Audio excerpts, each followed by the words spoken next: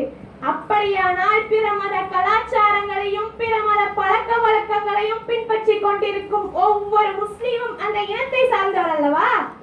நீங்கள் உங்கள் பிள்ளைகளை நேரடியாக யூதர்களாகவோ நேரடியாக நெருப்பு வணங்கிகளாகவோ மாற்றவில்லை என்றாலும் இறை அச்சம் இல்லாத, இறைவனை குறித்து எந்த ஒரு பயமும் இல்லாத ஒரு பிள்ளையை தானே வளர்த்து கொண்டிருக்கிறோம்.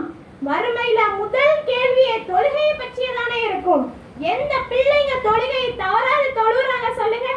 ஏன்னு கேட்டா, நான் தூங்கிட்டேன், நேரம் இல்லை, மறந்துட்டேன்பா அப்படின்னு அசால்ட்டா பதில் சொல்றாங்கன்னா அவங்களுக்கு இறைவனை குறித்து எந்த ஒரு பயமும் இல்லைன்னு தானே அர்த்தம். இது நவீன காலங்க, மாடர்ன் டைம்ஸ். நம்மளுடைய பிள்ளைங்கள்லாம் எவ்வளவு பிஸியா இருக்காங்க தெரியுமா? அது ஆண் பிள்ளைங்களா இருக்கட்டும், பெண் பிள்ளைங்களா இருக்கட்டும், ஃப்ரெண்ட்ஸோட ஊரை சுத்தி புது புது ஹோட்டலுக்கு போய் விதவிதமான உணவு உண்ண நேரம் இருக்கும். ஆனால் உணவு அளித்தவனை உணர நேரம் இருக்காது. ஏன்னா அவங்க ரொம்ப பிஸி.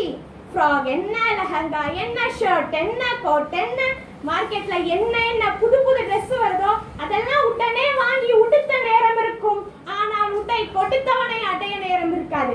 ஏன்னா அவங்க ரொம்ப பிஸி. ஆன்லைன் கிளாஸ் வந்தது, எங்க பார்த்தாலும் யாரு கையில பார்த்தாலும் மொபைல் தான். அதில் தேவையுள்ளது, தேவையில்லாதது, ஹலாலானது, ஹராமானது கண்டவையும் காண நேரம் இருக்கும். ஆனால் கண் கொடுத்தவனை காண நேரம் இருக்காது. ஏன்னா அவங்க ரொம்ப பிஸி. கண்டதையும் பேச நேரம் இருக்கும், ஆனால் நாவளித்தவனுடன் பேச நேரம் இருக்காது. ஏனென்றால் அந்த அளவுக்கு தான் செய்யும் தவறை உணர முடியாத அளவு நம் பிள்ளைகள் நவீன காலத்தில் மூழ்கி கொண்டிருக்கிறார்கள்.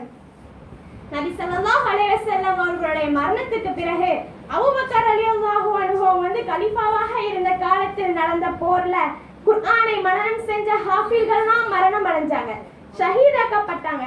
அப்ப அபூபக்கர் ரலியல்லாஹு அன்ஹு அவங்க சிந்திச்சாங்க, இப்படியாக குர்ஆனை மனனம் செஞ்சவங்க எல்லாம் இறந்துட்டா பின்வரும் காலத்தில் இருப்பவங்க எப்படி குர்ஆனை அறிவாங்க அப்படின்னு சிந்திச்சு ஷாஹித் ரலியல்லாஹு அன்ஹு அவர்களிடம் குர்ஆனை துவக்கும்படி சொன்னாங்க. அப்போ ஷாஹித் ரலியல்லாஹு அன்ஹு அவர்கள் ஒன்றும் பெரிய வயதுடையவங்க அல்ல, இளம் வயதுடைய ஒரு ஆண் தான். அவங்க முதலில் குர்ஆனை தொகுத்தாங்க.